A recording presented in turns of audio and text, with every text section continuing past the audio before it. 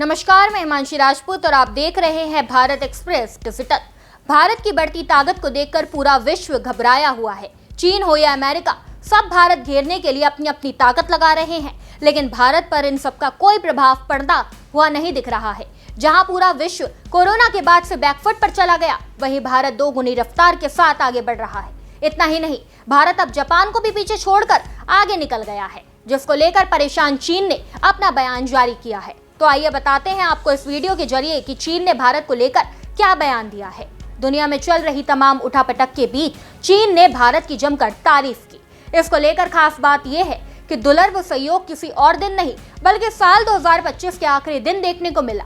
चीनी दूतावास ने इस मामले पर अपना बयान जारी कर कहा कि हमें ये जानकर खुशी हुई है कि भारत जापान को पीछे छोड़कर दुनिया की चौथी सबसे बड़ी अर्थव्यवस्था बनने वाला है। चीन ने भारत की उपलब्धि को सच्ची ताकत बताया और इतिहास का भी जिक्र किया।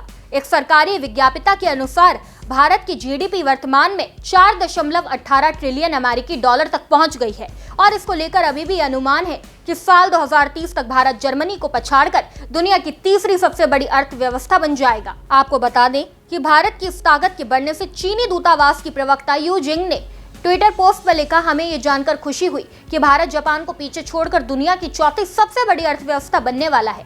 भारत का उदय दिखाता है कि सच्ची ताकत इतिहास का ईमानदारी से सामना करने, उससे सीखने और भविष्य की जिम्मेदारी लेने से आती है। भारत की बढ़ती अर्थव्यवस्था को लेकर अगर हम बात करें तो आधार वर्ष 2011-12 पर आधारित सकल घरेलू उत्पाद की वृद्धि दर लगाकर तिमाहियों में बढ़ी है। साल 2025-26 की दूसरी तिमाही में यह 8.2% पर पहुंच गई, जबकि खुदरा मुद्रास्फीति वर्ष के अंत तक भारतीय रिजर्व बैंक की निचली सीमा 2% से नीचे आ गई।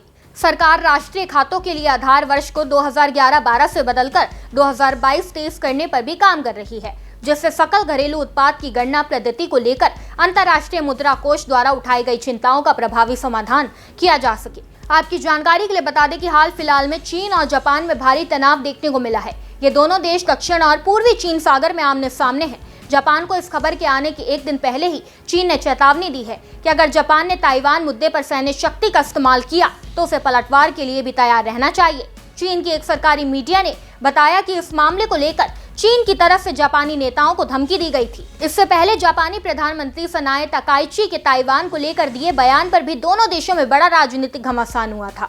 इस पूरे मामले को लेकर अब ये देखना दिलचस्प है कि ऐसे समय पर चीन की तरफ से ऐसा बयान आना वैश्विक स्तर पर कितना असर डालता है। इस खबर में बस इतना ही। ऐसी ही तमाम खबरों को जानने के लिए देखते रहिए भारत एक्सप्रेस डिजिटल।